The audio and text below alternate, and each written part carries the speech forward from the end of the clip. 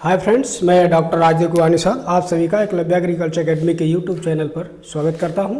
आइए हम लोग सांसारिक मुद्दों पर चर्चा कर रहे थे, उसके आगे के अगली सीरीज में चलते हैं। तो उसमें सबसे पहले देखना है हम लोगों को जीआई टैग जियोग्राफिकल इंडिकेशन, क्योंकि बहुत सारे एग्रीकल्चर प्रोडक्ट ऐसे हैं जो ट्रेडिशनली थे, बहुत अच्छी गुणवत्ता रखते थे, लेकिन उनका कोई मूल्य स्थानीय स्तर पर या अंतर्राष्ट्रीय स्तर पर या राष्ट्रीय स्तर पर बहुत अच्छा नहीं था। तो इस चीज़ को ध्यान में रखते हुए संस्थाओं ने यह निर्णय लिया कि कुछ जो विशेष वस्तुएं हैं उनके बारे में क्यों ना एक प्रमाणीकरण की संस्था के माध्यम से इसका जो है प्रमोशन किया जाए। उसी को दृष्टिगत रखते हुए तो ये चीज़ें बनाई गई है। तो इसको दो जगह दी, एक तो राष्ट्रीय स्तर पर, दूसरा अंतर्राष्ट्रीय स्तर पर, दोनों जगहों से काम किया जाता है। तो इसमें सबसे पहले यदि हम अंतर्राष्ट्रीय स्तर पर देखें तो इसके लिए जो जिम्मेदार संस्था है उसको कहते हैं WTO, वर्ल्ड ट्रेड ऑर्गेनाइजेशन।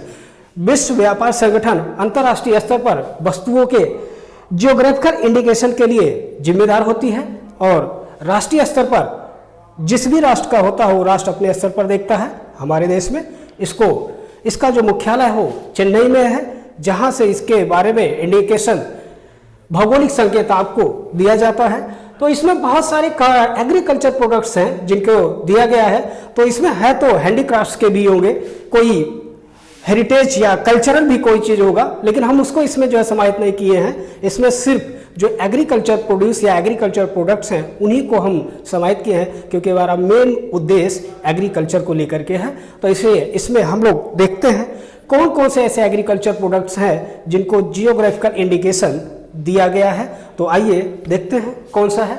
तो इसमें देखिए सबसे पहले लिखा है बोका सॉल।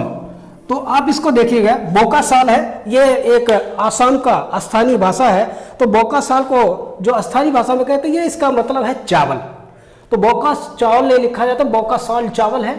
तो ये कहाँ की है? आसाम की है। आपको पता है ब्रह्मपुत्रा की जो घाटी है वो आसाम में ही विस्तृत है, और आसाम की उस घाटी में बोका चावल स्थानीय रूप से बहुत अधिक मात्रा में उगाया जाता है।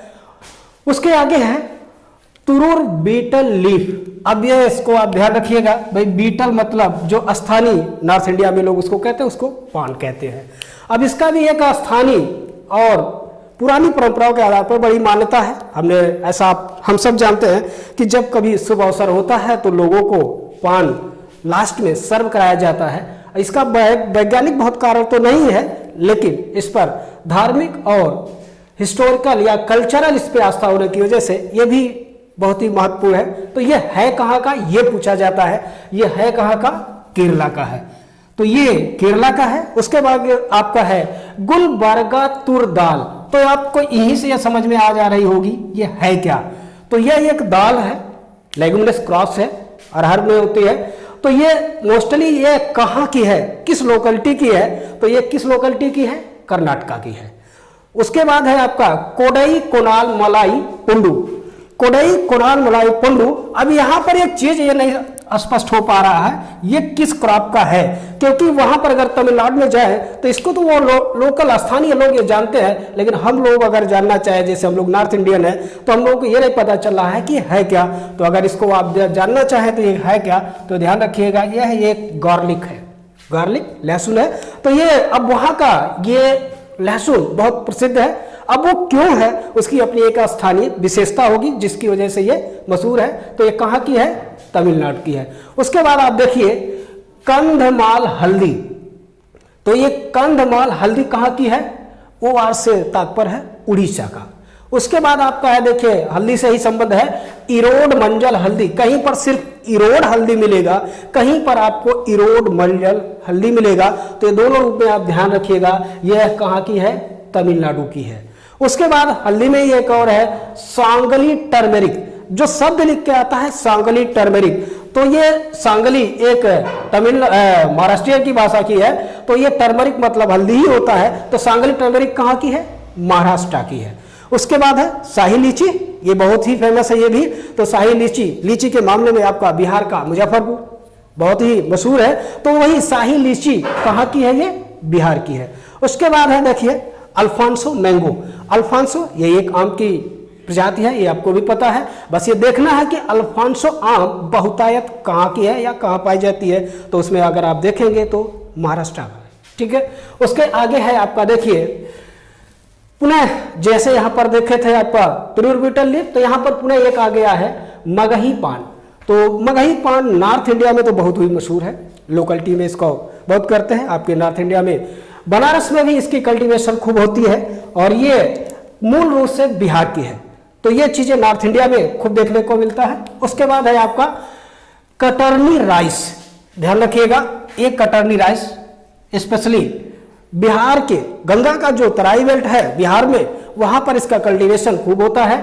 तो ये कटर्नी राइस लोकल नेम है, ध्यान रखिएगा। उसके बाद गोविंदो भोग राइस, आपको मार्केट में गोविंदो भोग राइस के नाम से बहुत सारे प्रोडक्ट आ रहे हैं, आपको उसको देखने को मिलता होगा। लेकिन अब ये गोविंदो भोग जो राइस का कल्टीवेशन कहाँ किया जाता है, इस बात को हमें देखना होता है। तो अगर उसमें देखें तो वो राज्य किससे संबंध है, राज्य का संबंध किससे है, पश्चिम बंगाल से या वेस्ट बंगाल से।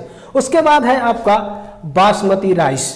बासमती राइस वर्ल्ड फेमस है, इसको पूरी दुनिया जान रही है। और इसका जो उत्पत्ति स्थल में अगर देखा जाता है कि कहाँ कहाँ पर इसकी खेती की जाती है, तो आपका पंजाब, हरियाणा, हिमाचल प्रदेश, उत्तराखंड, उत्तर प्रदेश, जम्मू कश्मीर और दिल्ली। तो इसमें अगर आप एक थोड़ी सी ध्यान दें तो इसमें एक चीज आपको दिखाई देगा, जो बासमती चावल का आपका रीजन दिखाई दिया जाता है। अगर आप महाभारत कालीन जगह में जाएं तो वहां से आपको पता चलेगा, जो आपका कुरुक्षेत्र है वही का ये पूरा रीजन है। एक जगह का सिर्फ छोड़ दीजिए, जम्मू कश्मीर का और यूपी का। तो यूपी का जो पश्चिमी इलाका है वो कुरुक्षेत्र में ही आता है, तो बाकी सारे चीजें वहीं की पाई जाती है। उसके बाद है आपका नागपुर ऑरेंज। ये नागपुर का जो संतरा है ये विश्व प्रसिद्ध है, ये सब लोग जानते हैं। तो ये नागपुर का जो ऑरेंज है कहाँ कहाँ पे पाया जाता है, तो ध्यान रखिएगा। उसमें एक तो महाराष्ट्र है, दूसरा मध्य प्रदेश। जो मध्य प्रदेश का पूर्वी और दक्षिणी रीजन है वो होता है, और महाराष्ट्र का तो पूरे महाराष्ट्र में आता ही है। उसके बाद है आपका काला नमक राइस, ध्यान रखिएगा दोस्तों, काला नमक राइस। इसके लिए एक ही राज्य जाना जाता है काला नमक के लिए, और वो है उत्तर प्रदेश। जैसा कि नाम ही से आप देख रहे हैं काला नमक, एक शब्द आ रहा काला जो रंगों को इंडिकेट कर रहा है। इसका मतलब इस राइस को अगर देखा जाएगा सामान्यतः ये काला होगा, पूर्ण डार्क नहीं होता है लेकिन सेमी डार्क होता है, और ये यूपी में ग्रो की जाती है। उत्तर प्रदेश की जो तराई बेल्ट है वहां पर इसका कल्टीवेशन बहुतायत होता है। उसके बाद है आपका मालदा फजली मैंगो। तो यहाँ इस शब्द से ही पता चल रहा है ये क्या है, तो लेकिन ये देखना है ये है कहाँ की। तो अगर आप इसको देखेंगे तो कहाँ की है, वेस्ट बंगाल या पश्चिम बंगाल की है। उसके बाद है आपका दार्जिलिंग टी।